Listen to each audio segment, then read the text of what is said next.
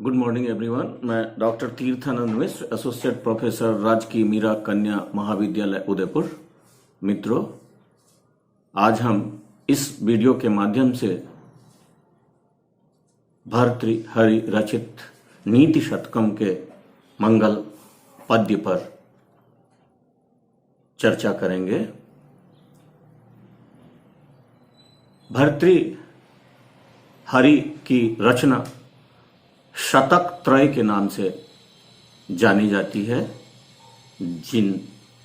जिसमें वैराग्य शतकम, श्रृंगार शतकम तथा नीति शतकम इन तीन ग्रंथों का समावेश है।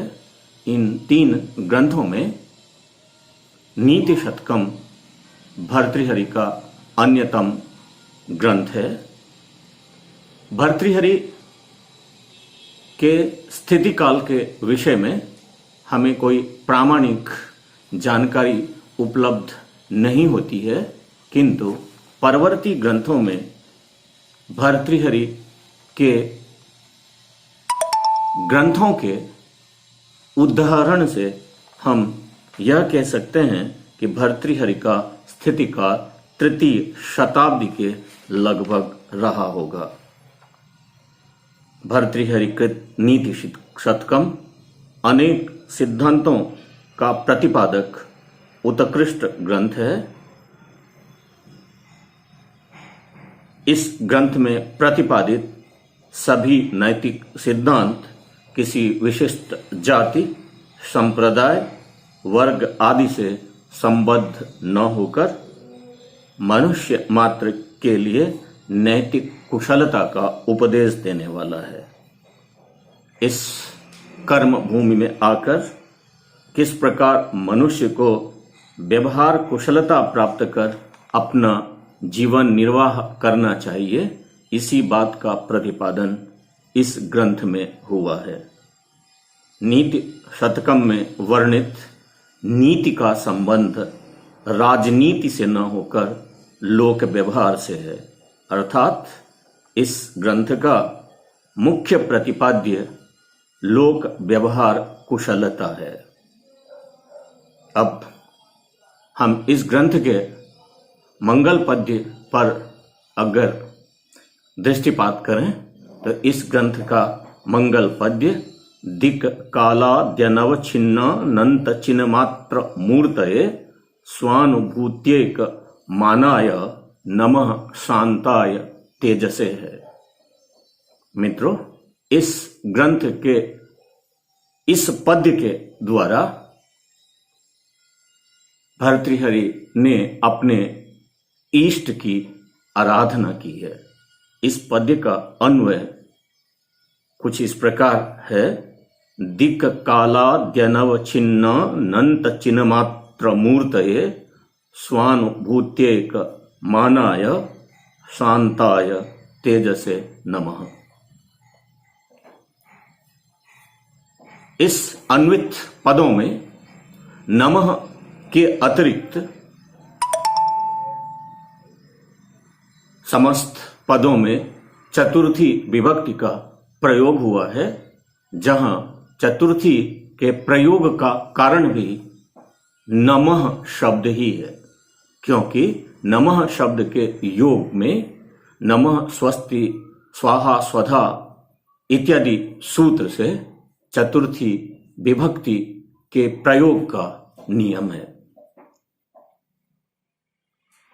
इस पद्य का अर्थ करने हेतु हम सर्वप्रथम इस पद्य में प्रयुक्त पदों के पदार्थों पर दृष्टिपात करते हैं और इसी क्रम में सर्वप्रथम दिक् कालाद्यनव छिन्नानंत चिन्मात्र मूर्तये इस पद का ग्रहण करते हैं। इस पद का अर्थ होता है जिसमें पूर्वादि 10 दिशाओं तथा वर्तमान आदि 3 कालों का ज्ञान नहीं है, अर्थात जो इनसे परे है। अतएव जो अनंत और चैतन्य मात्र स्वरूप वाला है। दूसरा पद स्वानुभूत्यैक मानाय है, जिसका अर्थ होगा जो आत्मानुभूति मात्र से जानने योग्य है।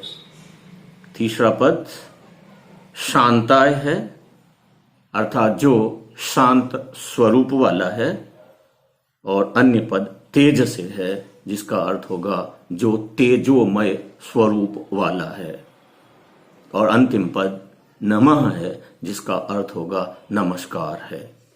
अब अगर हम इस पद्य का समग्र रूप में आपके सामने में अनुवाद करना चाहें तो अनुवाद होगा, जिसमें उत्तर, दक्षिण, पूर्व, पश्चिम इन दिशाओं तथा भूत, भविष्य, वर्तमान इन 3 कालों आदि का ज्ञान नहीं है, अर्थात जो इनसे परे है, अतएव जो चैतन्य मात्र स्वरूप वाला है और अनंत है, जिसे आत्मानुभूति मात्र से जाना जा सकता है, ऐसे उस प्रकाशमय शांत स्वरूप वाले ब्रह्म को नमस्कार है।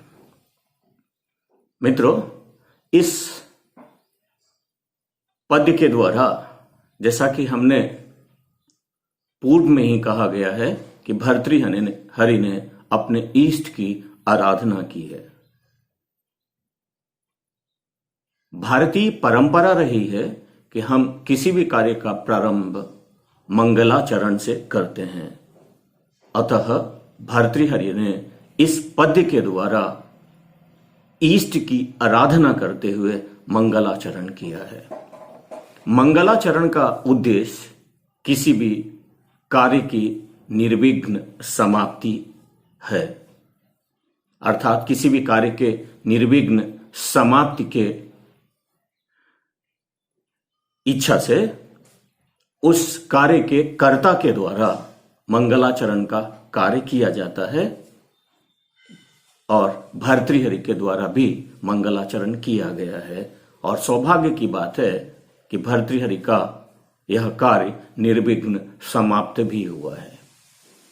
यहां आपके मस्तिष्क में एक प्रश्न उपस्थित हो सकता है कि जहां मंगलाचरण न किए जाने के बावजूद कार्य निर्विघ्न समाप्त हुए और कहीं मंगलाचरण करने के बाद भी कार्य की निर्विघ्न समाप्ति नहीं हुई, तो फिर हम यह कैसे कह सकते हैं कि मंगलाचरण का उद्देश्य कार्य की निर्विघ्न समाप्ति है।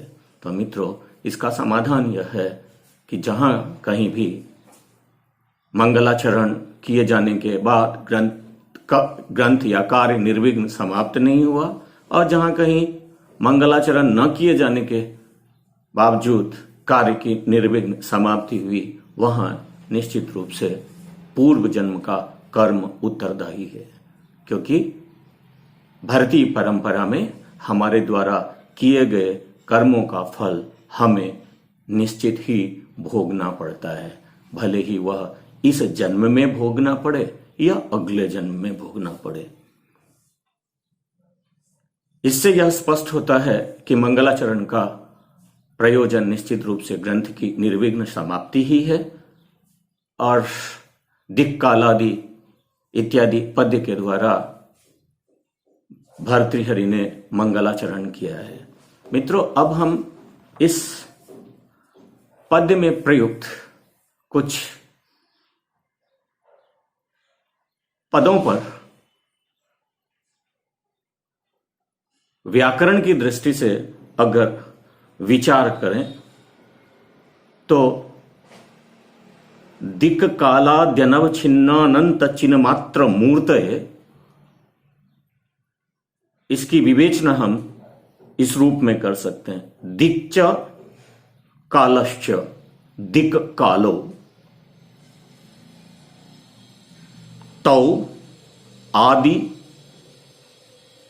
येषाम तैः अनवच्छिन्न अतएव अनंता चिन्ह मात्रा मूर्ति ही यस्य तस्मै तेजसे नमः। ऐसा जब हम